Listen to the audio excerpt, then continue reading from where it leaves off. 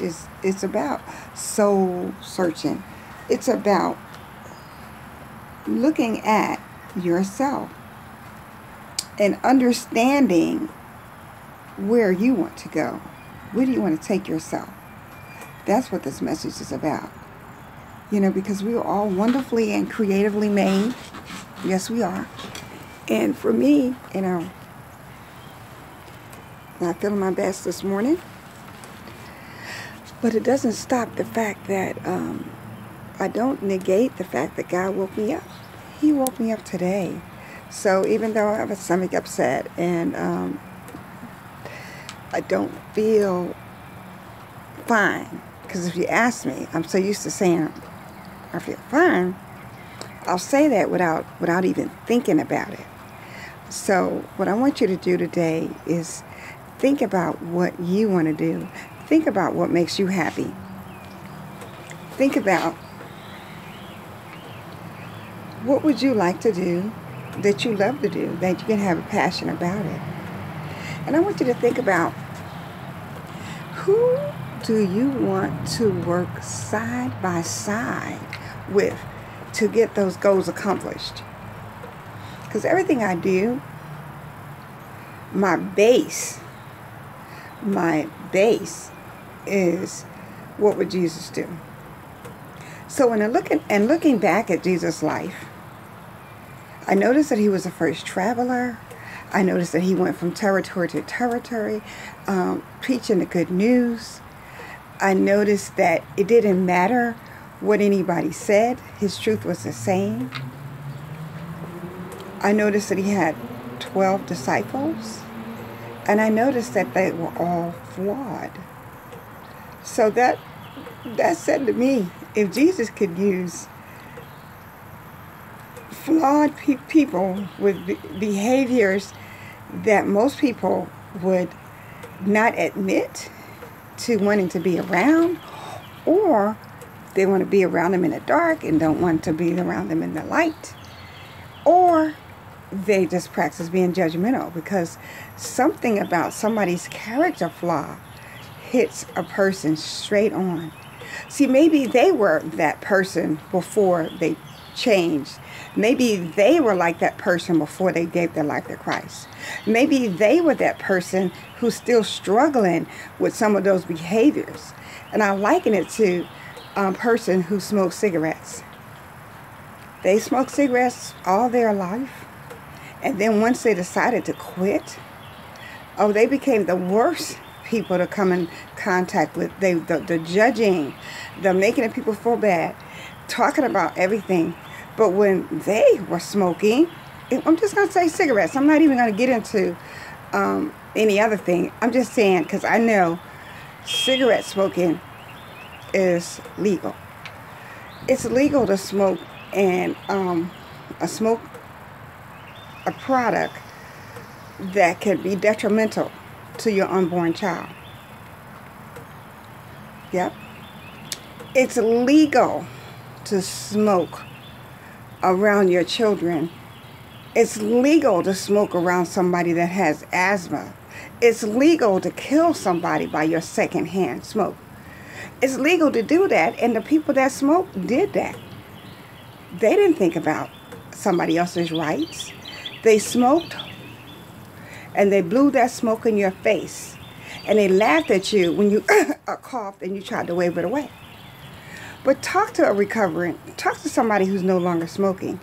Now they are the most, oh my God, they want to hang you out to dry because you're still smoking cigarettes. But when they were that person that was smoking, everything was all right. So you can say that about anything. You can say it about anything.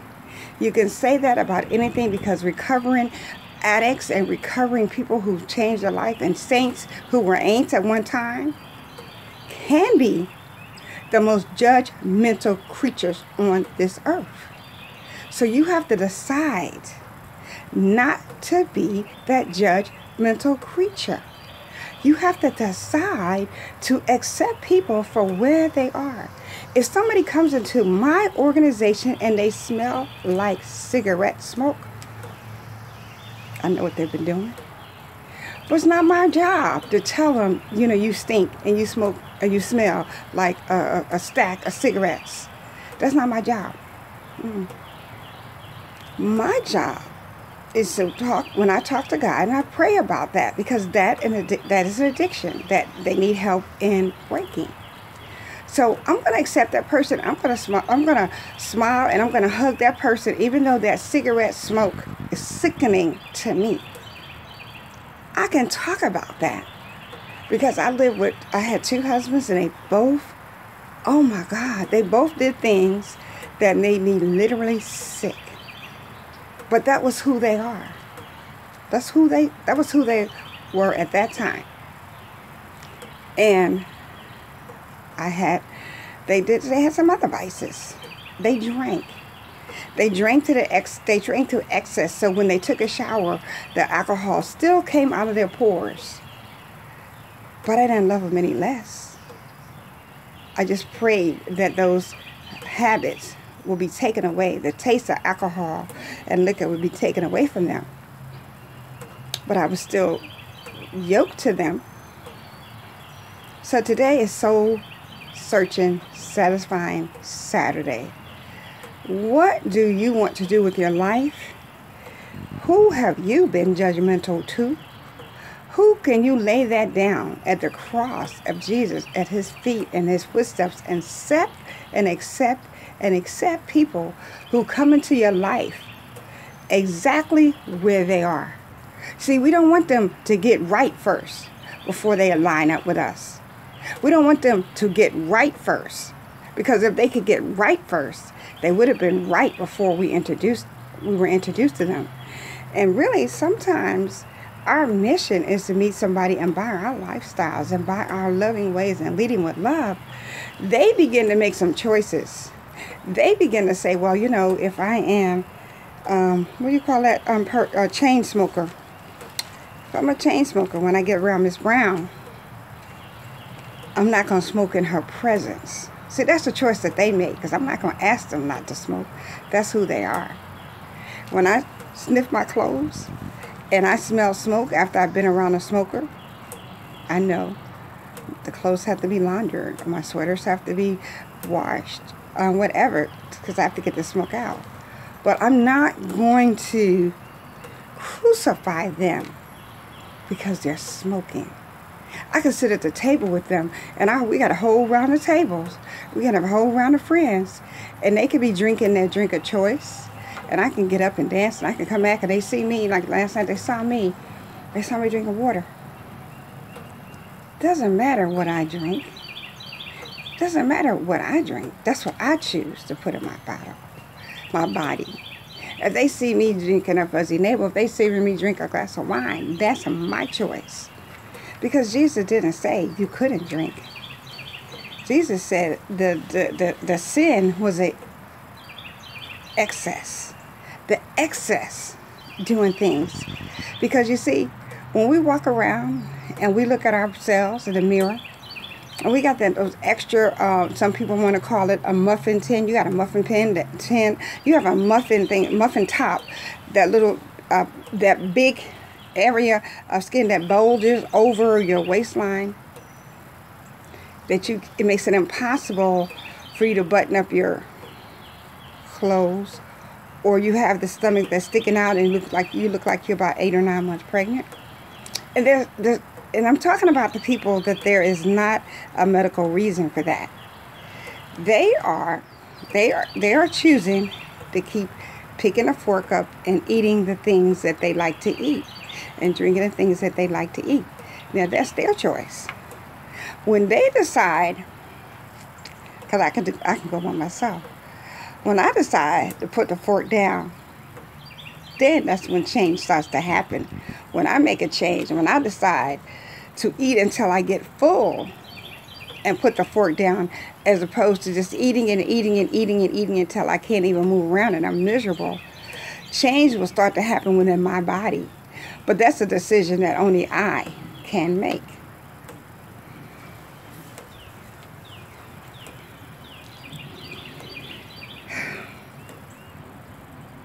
Yeah, it's a decision that I can make.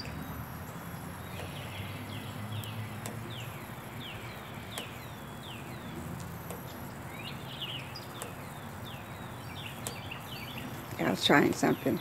See, like I said yesterday, I don't quite have a handle on this, but I'm willing to learn. I'm willing to learn. And I came out today because I made a commitment to every day do a YouTube video every day. Whether I feel good, feel fine, feel fantastic, have something to celebrate or not, because every day that God wakes me up, it's a reason to celebrate. Lots of stuff going on in our world today. And what we choose to do is what we choose to do. We all get the same amount of time when we get up 86,400 seconds. We all get that when we open up our eyes. What we do with that is what we do with that. If we use some of the thank God and show appreciation of Him waking us up and doing something for that, see, that's on us.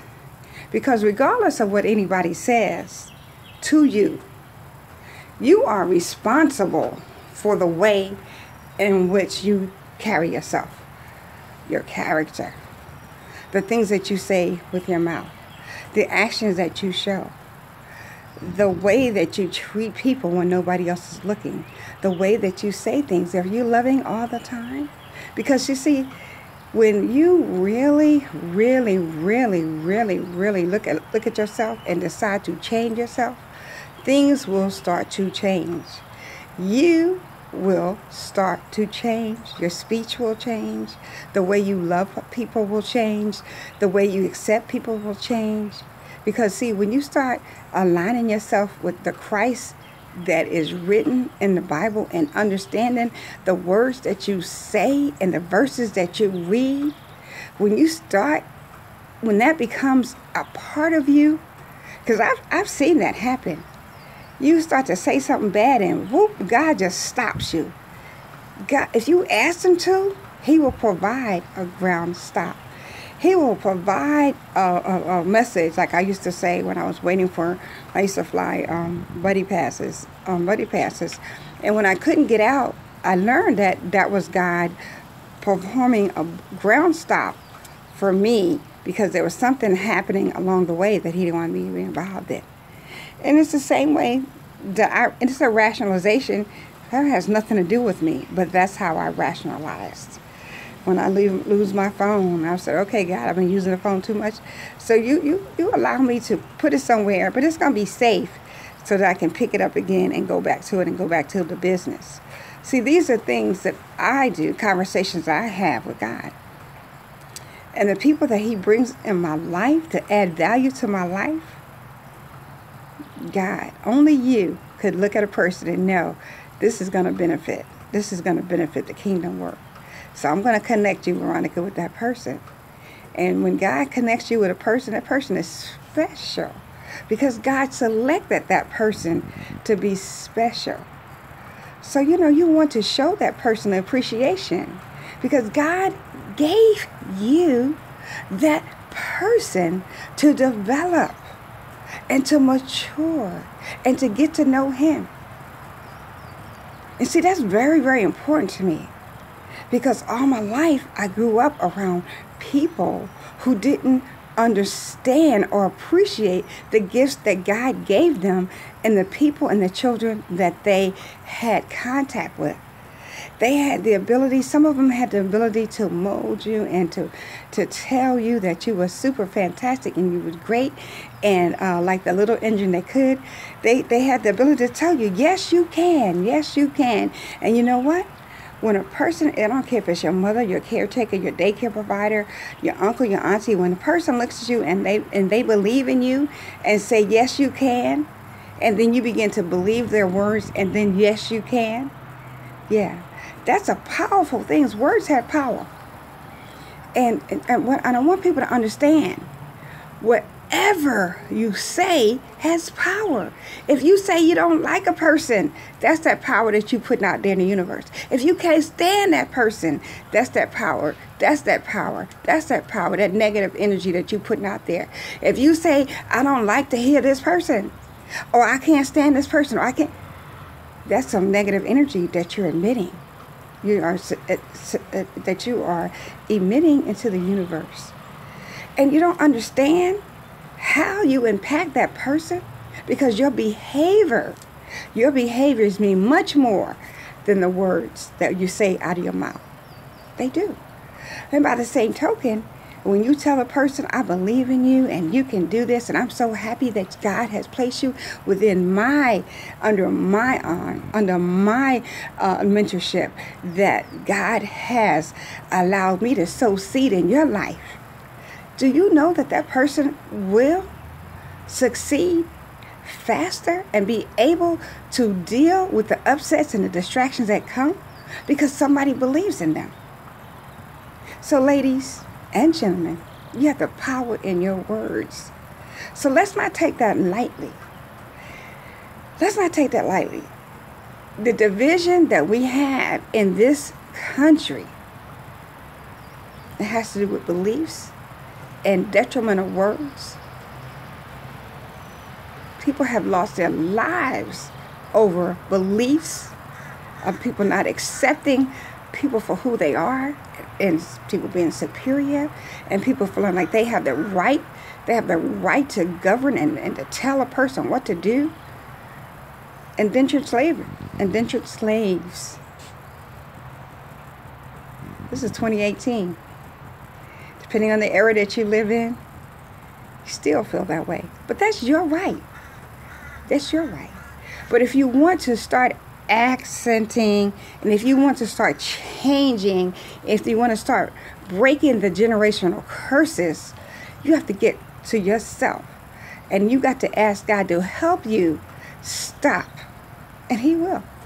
You got to ask God to help you love the unlovable in your eyes. Yeah, you do. Because see, whatever you put out, love or hate, it has a rippling effect. It just is not isolated. It's the energy. If you know and you have told that person that you don't like that person, then things are start to happen, and that person can get the sense that you really don't like them, even if you say you do. Same thing happens when you love that person. When you talk to that person and you say that you love that person, others around you can see that your words are lining up with your behaviors. Your words and your behaviors are congruent with each other. And when you look around, and I think employers should do that. I know in some corporations they have exit interviews. And if they're honest, see, the person is leaving or has made it in their mind to leave. If you are honest and have an exit interview, see, you tell them that in the beginning. See, because when you first start a job, you'll say anything, you'll agree to anything because you want that job. So if you have that in your policies and procedures, that before you leave, we'll have an exit interview, because I want to know how to improve. I want to know how my behaviors and how the situations impacted impacted your desire to leave or stay. Because sometimes people leave, it has nothing to do with the organization or the people. They leave to promote other things. They leave because they got promotions or elevations. They leave because they're sick and tired of fighting. They leave because it's hundreds of reasons why people leave. But if you want to be a good organization, you want to have an exit interview, because you want to find out why the person chose to leave and what is it that could have been done better to make that person decide to stay. See, that's critical. That's critical, because if you don't evaluate and do your risk assessment and figure and look at the results, you'll never improve. People will be a revolving door, running in and out of your organization, running in and out of your job, never talking. And then if you're not honest and not looking at what you could do to make it better, you just keep stumbling. And see, the good thing about that is that you can stumble around and you can have an organization, and you'll think, oh God, I got, because you got some people that'll come in because they don't know. But once your real colors start to show, once your real behaviors start to show themselves, let them do something that you're not pleased with. Let them break some rules that you have not even told them that is a rule. your attitude starts to change, and then their attitude starts to change. And then, you know, it's just like a person that's driving on the highway and he's not paying attention, driving and leaving dead bodies. Because the people that you sow into with bad and negativity, those are dead bodies that you leave in your wake. Somebody will come along and pick them up and strengthen them. But let's start taking responsibility. Let's speak positively to people. Let's work to understand why a person is who they are. And if you don't, ask God, and God will show you. God will show you. Today, I'm not 100%. I'm not feeling well at all. But I know this feeling too shall pass. So I wanted to come out and make my video today because I made a commitment to make a video every day. Guys, take care of yourself today. Watch your words that you put out of your mouth. Love the unlovable. Go back and read the story of Jesus. Go back and read how he selected his 12 disciples. Read about the individual characters in the Bible. Read about the individual women in the Bible. Yes, there were saints. Yes, there were Jezebels. Yes, there was queens. Yes, there were drunkards. Yes, there were adulterers. Every character in the world, in this current world, is represented somewhere in the Bible. Read the story of Job and understand you can be helped. You can help any person that comes into your life. The choice is yours. Have a soul-searching satisfaction Saturday, and I'll talk to you later. Bye-bye.